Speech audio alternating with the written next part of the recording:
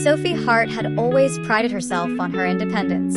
A successful graphic designer living solo in the city's older quarter, she managed deadlines, bills, and grocery runs, all on her own. Still, on a gray Tuesday morning in late October, she clutched her chest on the crowded subway platform and realized how terribly alone she could feel. 1. The first twinge.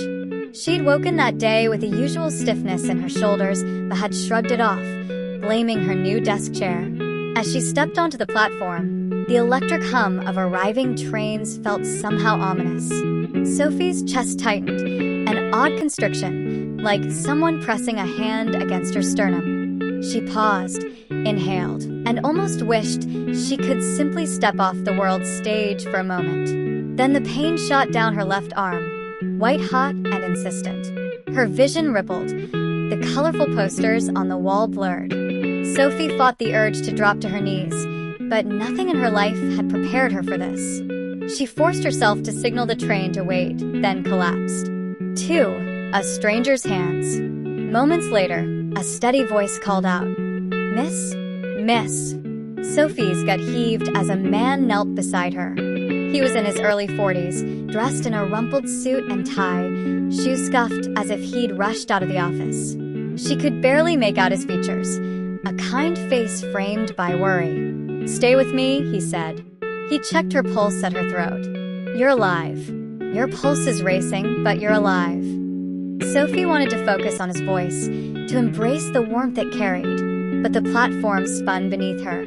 He ripped open her coat, found her wallet, and, to small mercy, spotted the card she'd slipped in months ago. Emergency contact. Family doctor. He dialed 911, his hands steady even as Sophie's breaths came in jagged gasps. 3. Racing the clock. Sirens wailed. Sophie barely registered the EMTs lifting her onto a stretcher. What she did register, vividly, was the stranger's grip on her hand as they loaded her into the ambulance. He refused to let go, even as paramedics slid her into the back. "Hang in there," he murmured. "Help is coming." Blood pump slowed. Pain flared. Sophie closed her eyes, but through half-dreamed panic, she felt something new, a tether to life, anchored by a man who didn't even know her name. 4. Hospital lights. In the fluorescent glare of the emergency room, Sophie floated in and out of consciousness. She heard clipped medical commands, the hiss of oxygen, the faint beeping of monitors. Through the haze, she became aware of a lone figure in a corner, her stranger, standing guard, coat collar turned up against the draft.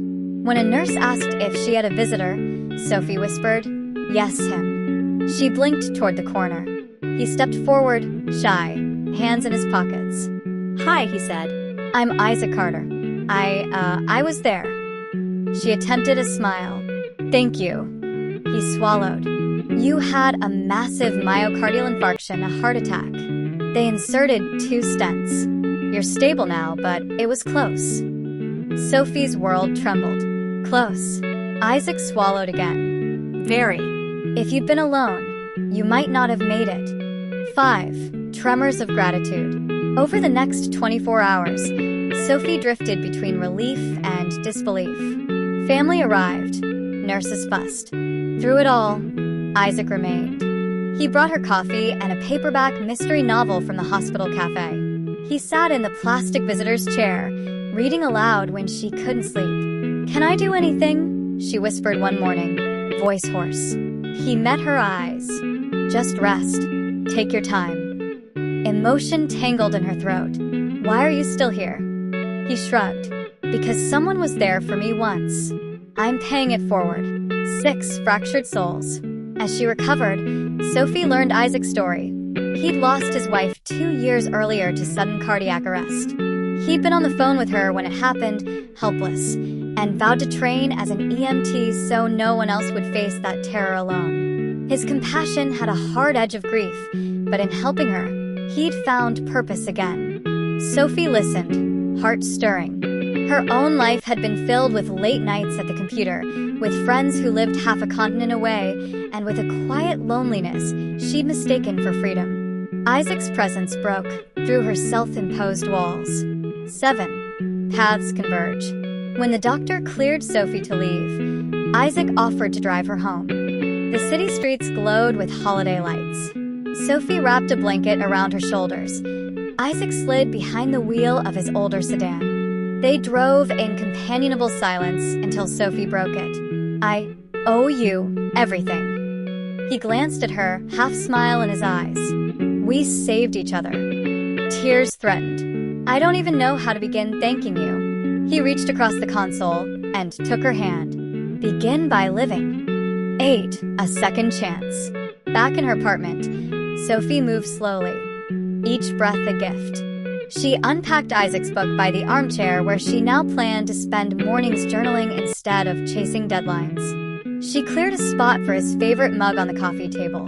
When her phone buzzed, it was Isaac. "Lunch tomorrow. I know a great soup place."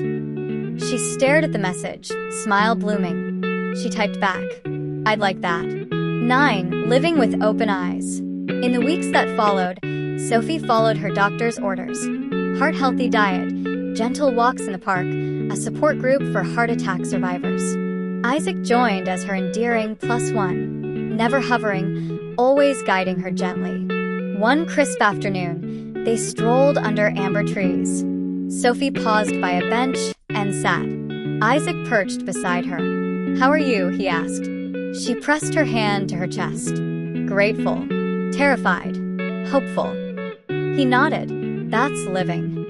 She turned to him, tears glinting. "Thank you for saving me, for believing I was worth saving." Isaac reached for her hand. "The real thanks," he said softly, "is that you chose to live again." They sat together as the sun dipped below the rooftops, two strangers bound by a fragile moment that became a lifeline, and by the promise that even in our darkest hours, a stranger's kindness can become our greatest gift.